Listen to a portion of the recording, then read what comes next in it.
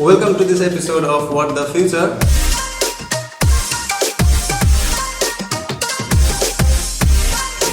People have tried to predict firms' future stock prices based on macroeconomic factors, political news, market sentiments, etc. They are all good indicators of prediction. However, people don't seem to be paying much attention to the workforce that the company has, skills they possess, as well as the future orientation of the skills that the employee has.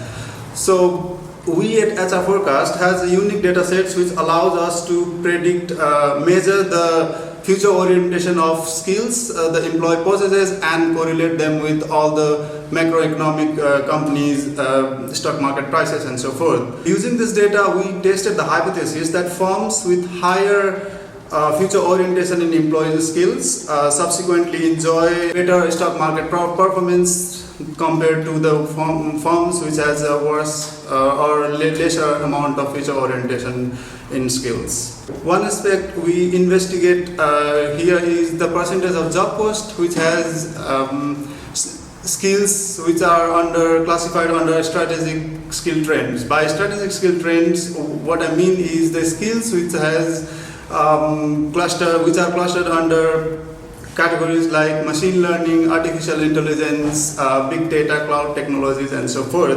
In this video, I will share the examples of two such firms, HSBC and PayPal, their skill focus and their stock market performance. Our study revealed the following. You can see that HSBC has future orientation of 19% and their average stock performance over the last 2 years has declined by 15.45%. And looking in detail of their skill searching strategy, we only find 21% of their job post requires skills in strategic trend families, whereas when we compare that with PayPal, on the other hand, has 28% future orientation and a 2-year average stock performance of 90 percentage points.